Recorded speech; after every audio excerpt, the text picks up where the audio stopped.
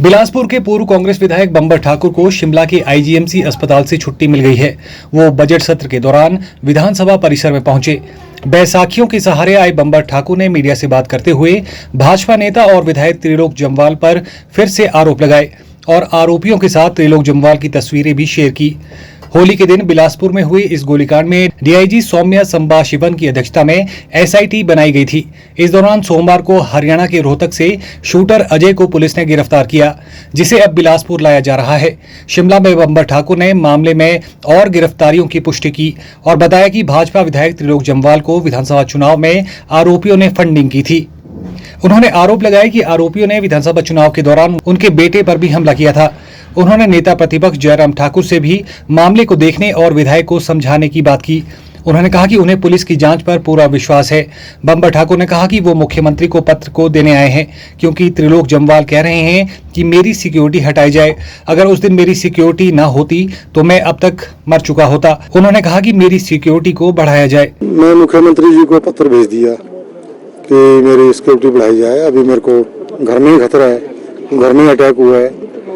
तो अब देखेंगे, मुख्यमंत्री जी ने आश्वासन दिया है कि आपको पूरी सुरक्षा दी जाएगी, परिवार को भी सुरक्षा दी जाएगी। मैं यही मांग करने आया था और तमाम विधायकों को भी सुरक्षा बढ़ाई जाए, क्योंकि इन्होंने जो है नए नए रिवाज डालना शुरू कर दिए। तो मैं यही कहना चाहूँगा कि मेरे जिंदा जी उसको दे दें तो मैं अपनी सुरक्षा कर सकता हूँ।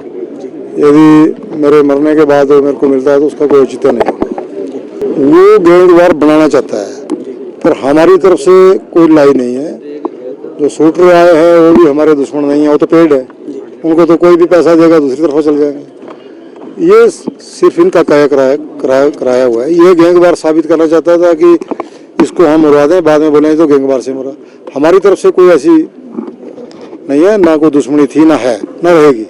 हमें तो सुरक्षा चाहिए। एसआईटी मैडम सोम्या जी के अध्यक्षता में बनी है और एडीजीपी साहब को सीएम साहब ने लगाया है। वो बड़े एफिशिएंट ऑफिसर हैं और मुझे पूर्ण विश्वास है कि वो दूध का दूध और पानी का पानी करके रहेंगे। ऐसी तस्वीरें नेताओं के साथ नहीं होनी चाहिए। बड़े तस्वीर खिंचवाना एक अलग बात है, कोई भी तस्वीर कहीं भी खिंचवा लेता है, लेकिन बार बार उनके साथ होटलों में बैठना, ढाबों में बैठना और उनके साथ खाना पीना, उठना बैठना, रैलियों में वो चलें, एस्कॉर्ट के तौर पे आपके साथ चलें और उनको मनाली ट्रिप्स पे भेजना, ऐसे टूरों पे भेजना, यही लोग करते आए हैं ताकि मैं विधानसभा ना पहुंचूं। विधानसभा से रोकने के लिए सारी काम हो रहा है, क्योंकि मैं इस चुनाव को जीत चुका था और ये डिक्लेयर हो गया था कि मैं चुनाव जीत गया। उसके बाद डीसी को बोल करके वो बैलेट पेपर रिजेक्ट कराया गया, फिर मेरे को 139 वोट से हराए। आज भी वोट गिने जाए तो मैं आज भी जीतूंगा। मैंने कहा मुझे अभी एक सेकंड का भरोसा नहीं है, कभी भी कुछ भी हो सकता है। तो हम ऐसे बैठे हुए पब्लिक लाइफ में, तो सीधा आ रहा है और फायरिंग कर रहा है। 26 फायर किए हैं। तो भगवान का हम शुक्रिया अदा करते हैं कि जो बच्चे भी वहाँ थे उन्होंने भी हौसला दिखाया। 7-8 बच्चे थे, सब प्रयागराज जाके आए थे। भगवान शंकर का उनको और तीनों देवियों का आशीर्वाद रहा कि गोली किसी भी बच्चे को नहीं लगी। नड्डा जी के बेटे के साथ भी संबंध है सर शूटर्स के? क्या बिल्कुल है, सब दिखा पाएंगे? वो बैठते हैं उनके साथ, ये जो खा रहे हैं मिठाई क्या ये लड़का अरेस्ट है, मंजीत नड्डा, ये हरीश नड्डा जी को मिठाई खिला रहे हैं।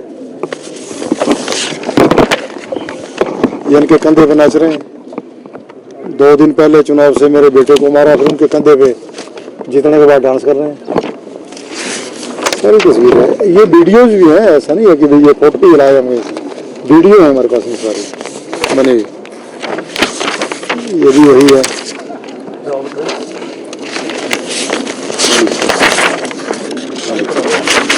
ये फैमिली पिस्टल के साथ हरियाणा में तम्बाकू पीता हुआ फोटो खिंचवा रहा है।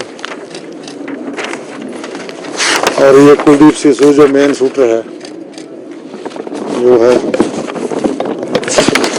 वही है जो नाचने वाला है फोटो जीतने के बाद का। मंजीत नड्डा जी और हरीश नड्डा जी हैं। मंजीत नड्डा जी अरेस्ट है अभी। 36 केस इसके ऊपर चीटे के हैं।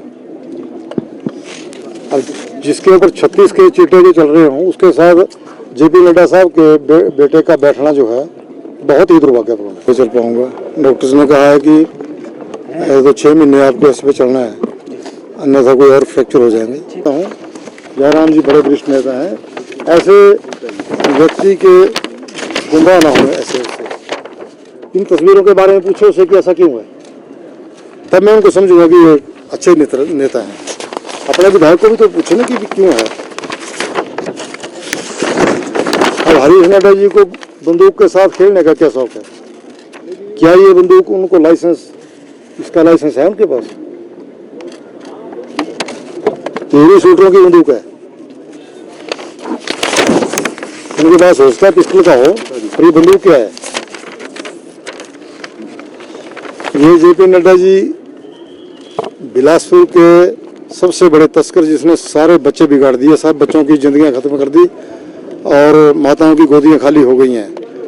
मेरी जिंदगी को खत्म करने की तो कोशिश थी, ये उसको इनाम दे रहे हैं। किस चीज का दे रहे हैं?